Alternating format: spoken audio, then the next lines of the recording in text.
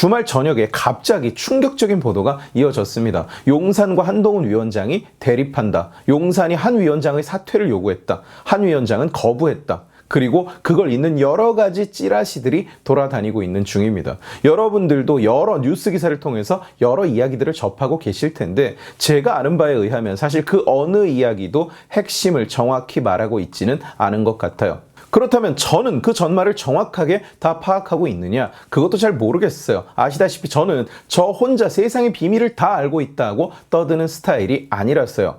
그러나 이 갈등이 어디에서 시작됐는지는 사실 모든 언론, 모든 이야기가 공통적인 한 사람을 지적하고 있는 것 같습니다. 바로 김경률이에요. 저는 김경률이라는 사람을 개인적으로는 알지 못합니다. 그리고 어떤 루트로 국힘의 비대위에 들어가게 됐는지도 알지 못해요.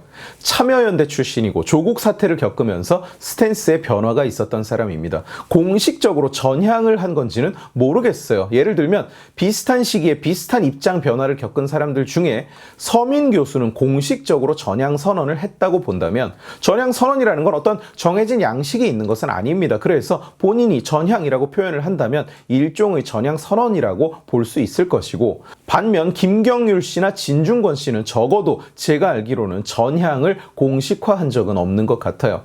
그런데 며칠 전부터 김경률 씨가 김건희 여사를 둘러싼 논란을 두고 공개적으로 지적을 하고 또 사과를 요구하고 나섰습니다. 명품백 수수에 대해서 사과를 하라고요.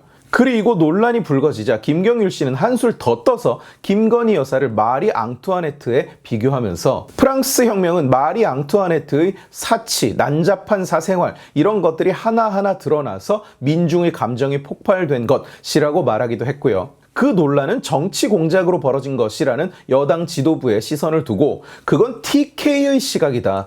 선수만 늘어나기를 바라는 분들의 시각이다. 이런 발언을 하면서 대구 경북 지역을 무시하는 발언을 했다. 지역 정치인들을 싸잡아 폄훼했다. 이런 논란에 또 한 번 휩싸였습니다. 우선 마리 앙투아네트, 프랑스 혁명의 상징과도 같은 인물이죠. 그런데 김경률 씨가 이걸 몰랐을지 알고 있었을지는 모르겠습니다만 마리 앙투아네트의 사생활이나 사치 논란은 혁명분자들이 자신들의 광기를 정당화하기 위해서 만들어낸 거짓말일 뿐입니다. 전혀 근거가 없는 이야기예요.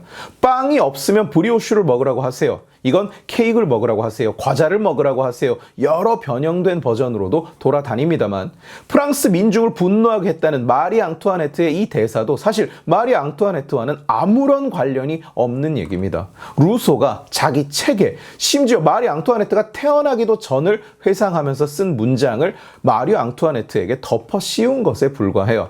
마리 앙투아네트는 프랑스 혁명의 상징으로 거짓으로 만들어진 겁니다. 그리고 저는 TK 출신도 아니고 국회의원 선수를 늘리려는 정치인도 아닌 사람으로서 말하는데 그 명품 파우치 사건이 정치 공작인 것은 누구누구의 시각, 누구누구의 의견이 아니라 그냥 팩트입니다. 객관적인 사실이라고요.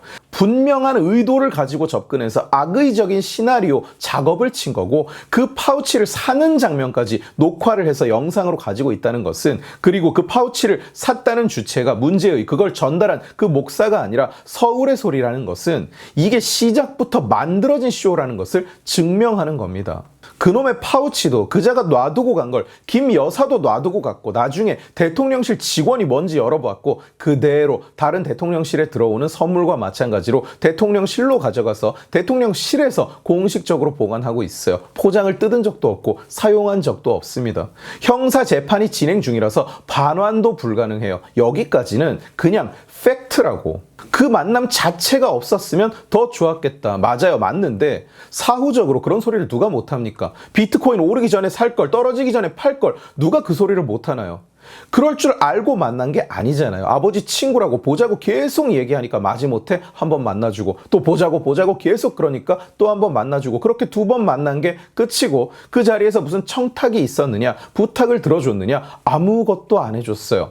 그러니까 김건희라는 사람은 이 정치 공작 사건에서 본질적으로 피해자의 입장인 거지 사과를 해야 되는 입장이 아닙니다. 뭐라고 사과를 해야 되나요? 아버지 친구라길래 만나서 죄송합니다. 선물 놓고 간 걸 미리 막지 못해 죄송합니다. 그 자리에서 뜯어보지 않아서 죄송합니다.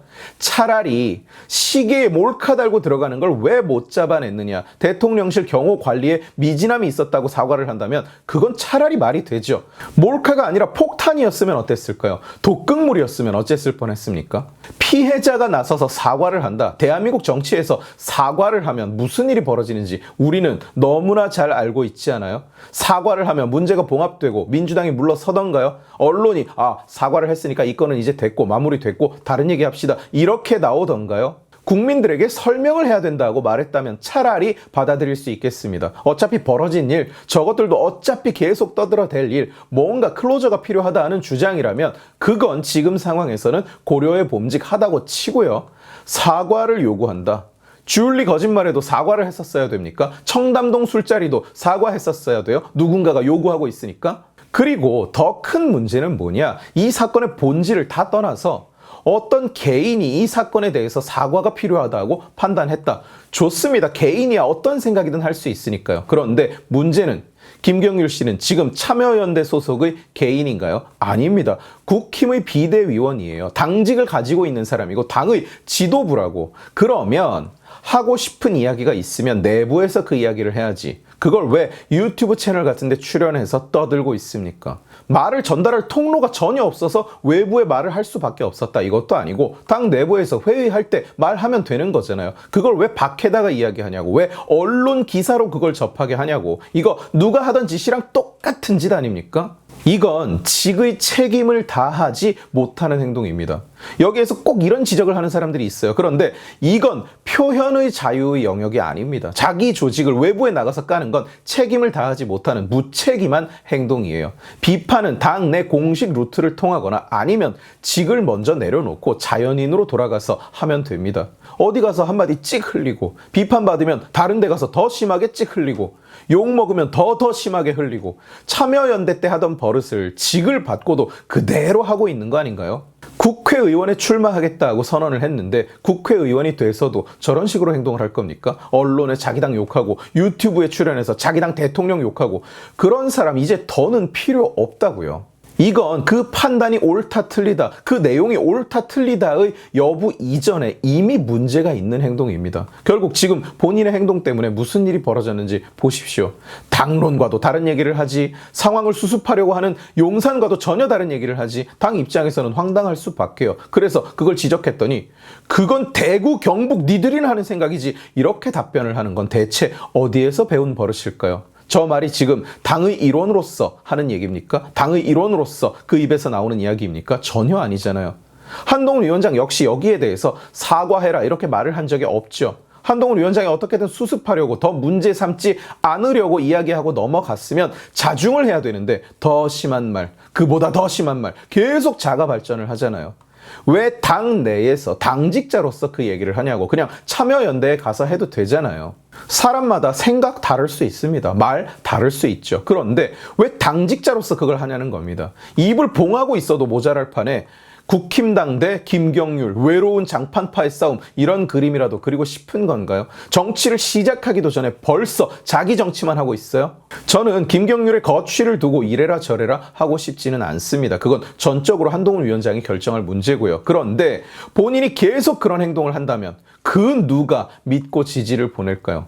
지금 참여연대 활동 중인 거 아닙니다. 밥 먹고 트림만 해도 국힘 비대위원이 트림한 게 되는 그런 위치에 가 있는 겁니다.